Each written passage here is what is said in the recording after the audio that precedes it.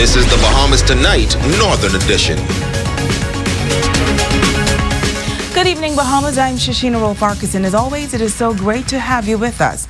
Topping the news, the community of East End one step closer to important health services in that district. Construction is underway on a new clinic for that community with an ambitious deadline. Now, you may recall that the High Rock Community Clinic was decimated during catastrophic Hurricane Dorian. Currently, Build Health International, in conjunction with Direct Relief, are rebuilding the High Rock Clinic, and they hope to do so in record time. The nation's leader and a team of health officials were taken on a tour of the project.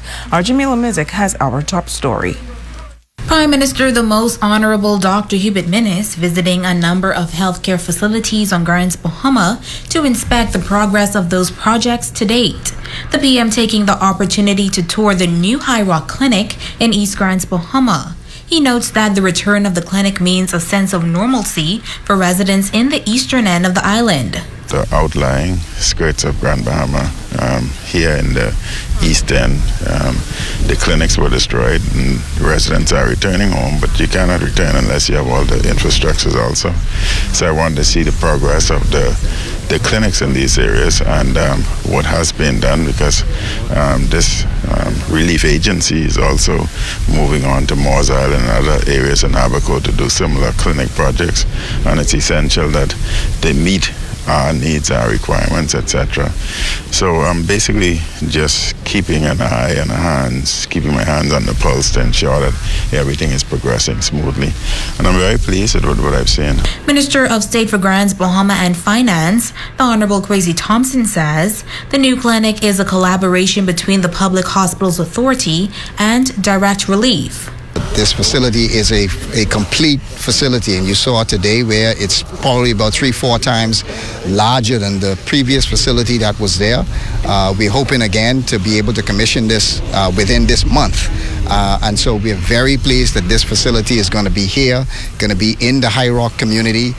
It's going to be a huge improvement from what was there prior to the storm.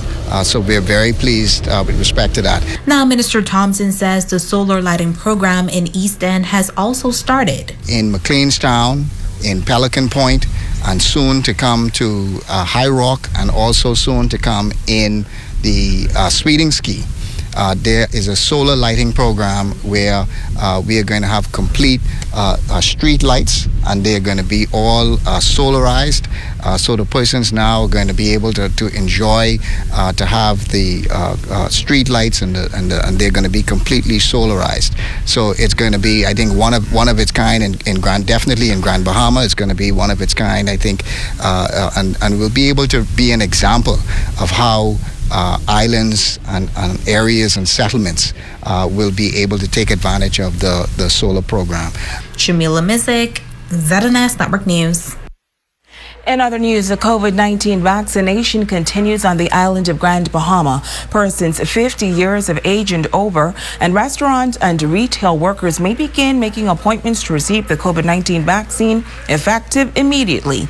Appointments may be made on vax.gov.bs for the Susan J. Wallace Community Center here on Grand Bahama.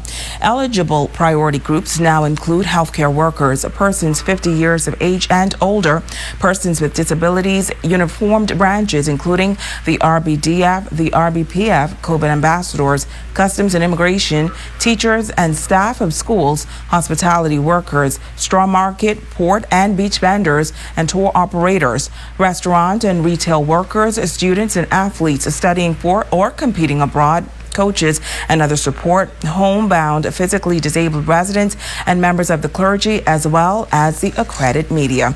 Information on the COVID-19 vaccination rollout on Abaco will be released shortly. To date, more than 2,500 doses of the COVID-19 vaccine have been administered here on the island of Grand Bahama. Meantime, the Ministry of Health says that there have been no reports of allergic reactions, blood clots, post-vaccination hospitalization, or deaths due to the AstraZeneca vaccine in the Bahamas. The Ministry of Health issuing a statement noting that based on data collected as of April 4th, there were 69 persons from New Providence, Grand Bahama, and Eleuthera who were vaccinated and reported one or more events supposedly attributed to vaccination or immunization. 21% reported headaches, 20% injection site itching and rash, diarrhea and dizziness, 15% fever, 13% reported chills, 9% had muscle pain, 8% experienced pain at the injection site, 6% reported fatigue, and 6% experienced nausea. 1% reported chest pain. Officials say the public is reminded that any reaction experienced after receiving the vaccine must be reported to the Ministry of Health immediately. You can call 818-2975. The public is further advised to obtain health information from reliable sources such as the Ministry of Health, the Office of the Prime Minister, the World Health Organization, and the Pan American Health Organization. Officials say the circulation of misinformation threatens public health efforts and can be harmful to a person's physical and mental health. Well, teachers are among the many groups approved for the vaccine. Area Vice President for the Bahamas Union of Teachers in Grand Bahama, Quentin LaRota, says reaction to the vaccine among the teachers is mixed. He notes that the union has not developed an official decision on the matter as yet. I have not discouraged anybody from taking it. I have not encouraged anybody to take it.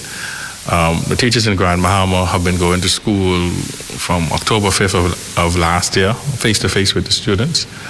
And overall, they fared fairly well. I like the fact that the vaccine is not mandatory. I think if the government would have made it mandatory, it would raise more concerns as necessary.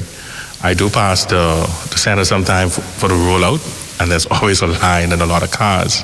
And so without being mandatory, a lot of individuals are taking it.